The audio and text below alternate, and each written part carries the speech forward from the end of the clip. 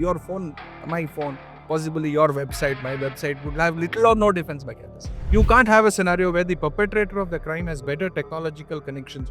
The perpetrator of the crime has better technological instruments with him or her, whereas the person who's to protect and the person who's to investigate, he's maybe 7 miles behind in terms of the technology that they're using. Now, those phishing calls are occurring on a daily basis to the citizens of this country. What are the regulators doing? I think in the last year, from public domain data available, I think India has had, 79 million phishing calls at about 7.9 crores. So that leads me to a very simple question.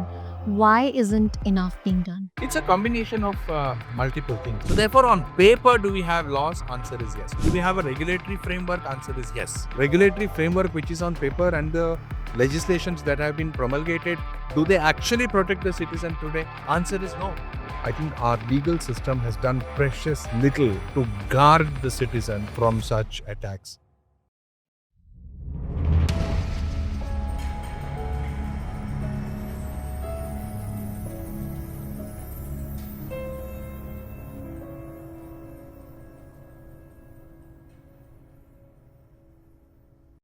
Unwanted calls on your phones, right? When you're sitting in the middle of a very busy meeting and you pick up a call and there's somebody trying to sell you something, or even worse, if it's a phishing attack of some nature. Do citizens really have a protection in this country in the age where all our data is online? I think it's a very, very important question in today's digital age for India. And I'll answer that possibly in a bit of a detailed manner by giving a perspective. Please don't look at India as an emerging country becoming a superpower economically at some point of time in the future, a heavily populated country of 1.35 billion people.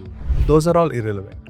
But for the question that you asked, what is of great relevance is that we are a 1.35 billion country, but we have close to 100 crore mobile phones. Approximately about 65 to 80 crore mobile phones are smartphones. We have, I think, close to about 65 crore broadband connections, in excess of 90 crore internet connections. Therefore, this is a digitally connected society, and our UPI transactions in the recent times have shown us that it is a vastly digitally connected society. And with such digital connection and network infrastructure that this country has, comes not just great potential for growth, but comes great risks. Unfortunately, I think our legal system has done precious little to guard the citizen from such attacks or from the ills of digital mismanagement. Why do I say that? Do we have the Information Technology Act? Answer is yes. What does the Information Technology Act do? Yes, it provides a governance spectrum and a regulatory spectrum as to how tech transactions must occur in this country. What are the liabilities of the actors within that scene? How do you protect an intermediary? How do you attribute liability to the originator and the recipient, etc.? That is on the technology regulation. Do we have an independent tech regulator in this country? Answer is no. The Ministry of Electronics and Information Technology acts as the regulator. Of course, for emergencies, you have, I think, a fairly well-equipped Indian Computer Emergency Response Team, or CERT, which I think is doing a good job. That's on the one end. But second, please see, these are interface between technology and then telecommunications, because most phishing attacks happen through those unwanted calls. And when you said calls, you meant a telecommunication event which interplays. Now, on the telecom side, you have the TRAI, or the telecom regulator.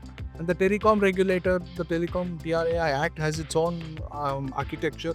And the regulator has done what it could, I suppose. But of course, more is what wanted, where it has a bunch of regulations in terms of how many SMSs can a particular connection issue, how do you control it, if it's a postpaid connection, what's the limitation, if it's a prepaid connection, what's the limitation. The limitation on the number of SMSs were challenged. The court said that yes, those limitations are necessary to guard the efficacy of the system. So therefore, on paper, do we have laws? Answer is yes. Do we have a regulatory framework? Answer is yes. Now, I take the hat off as a lawyer and just look at it as a citizen or as a person operating in this country. Regulatory framework which is on paper and the legislations that have been promulgated, do they actually protect the citizen today? Answer is no. Because just before our interaction, possibly at lunch when you were around, I got a call which I pick up and I said, hello. The pre-recorded message says this is from the Narcotics Bureau of India. If you don't respond to me in half an hour, we will initiate action. Last night, I got a call saying, this is from the Telecom Regulatory Authority of India and your phone is hacked and therefore you please contact us. So I wonder why TRA is calling me. About 3 days ago, I had a call from SEBI. This is a Securities Exchange Board of India.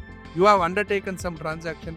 I have never transacted in any stock. There are calls coming repeatedly to multitude of people from the so-called customs department saying, oh, there is a parcel that has used your Aadhaar card and that parcel has been sent to a country which is not rated as green.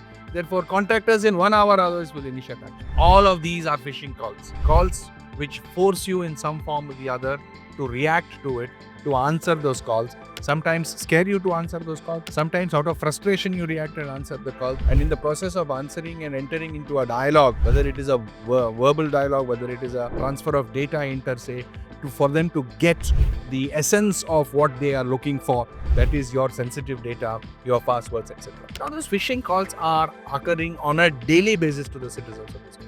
What are the regulators doing? It's one thing for the regulators to say, but we have regulations in place. But it is totally another to make sure that you enforce those regulations. Today, from a practical structure, the perpetrators of these crimes are far ahead in terms of how they operate as compared to the persons who are actually to protect the citizens. And I will come to cybercrime separately. We are not even looking at cybercrime and cybercrime detection and prevention and cybercrime prosecution. That's a whole ball game separately. But simply in terms of ensuring that these calls don't land on your phone, I think there is very little that is being done in the implementation, whilst we have enough from a regulatory framework on paper. So that leads me to a very simple question.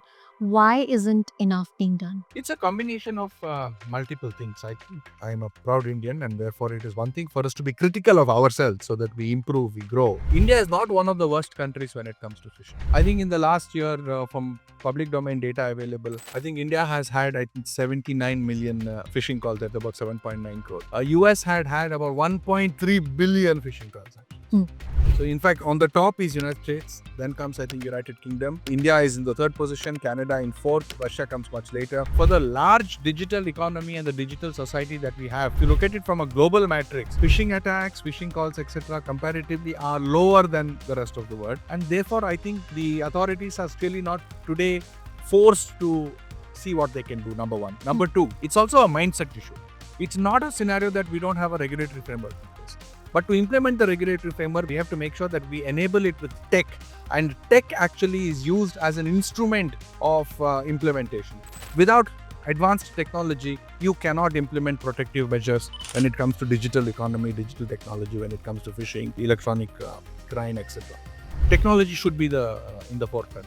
I don't think our regulators and our investigating agencies are using the technology to the hilt as they should be. You can't have a scenario where the perpetrator of the crime has better technological connections. The perpetrator of the crime has better technological instruments with him or her, whereas the person who's to protect and the person who's to investigate is maybe 7 miles behind in terms of the technology that they're using. So although you may have the best of intent with the best of laws, if you don't have tech to enable you to enforce, your enforcement will be negligible, and that's the problem. How do you distinguish between a phishing attack versus a cyber crime or a cyber attack?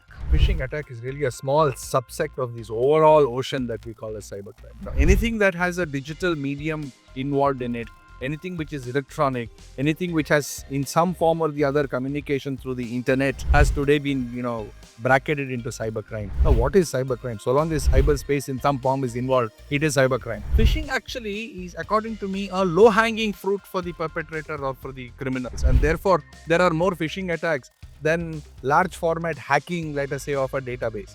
Hacking a database requires better technology, more investments in terms of money, tech, manpower in terms of man hours that they will use, and the sophistication of the attack. And the attack will be targeted at whom? It will be targeted at a large business house or a large consortium or a large institution, because you need to actually hack and get data and take it forward. Now, the large institution will have its own protective mechanisms. Their cyber security apparatus will be fairly sophisticated. It takes you more ammunition to bring down a large fortress as compared to walking into a poor man's house to loot that house. Phishing is actually looting this ordinary house, which has no defense mechanism at all. Your phone, my phone, possibly your website, my website would have little or no defense mechanism. And therefore, people find it a low-hanging fruit to actually undertake a phishing attack. Phishing attacks only become the seed for a larger crime. I'll give you an illustration. A phishing attack where an unsolicited call landing up to you indicating that you have won a lottery or won a prize, or there is a bank account to which you will get money, so please transfer 10 rupees to get 10,000 rupees. Or that there is a parcel that you have sent somewhere. I'm calling from the customs department. Give me your date of birth. Give me your data. Somehow get your password. Is only collection of this information so that could be used for a larger crime at a future date, or that could then be used, for example, your password then used to hack into your bank account to get some money. So the hacking into a bank account and getting money is a separate cyber crime by itself, or a separate electronic offense by itself. Phishing is only the prelude to it, because they actually take away your data in some form or the other, camouflage it, make it available so that they could use it as an instrument or a weapon for a larger. If you control phishing, you are actually controlling the ecosystem for larger cyber offenses. If you don't control phishing, the larger cyber offenses will come at a future date. The smaller waves are to be, regulated before you actually can gain for the tsunami. And I believe if you can't control smaller waves, to think that you will surf over a tsunami is, I think, a little imprudent. Very fascinating. Thank you so much for the conversation.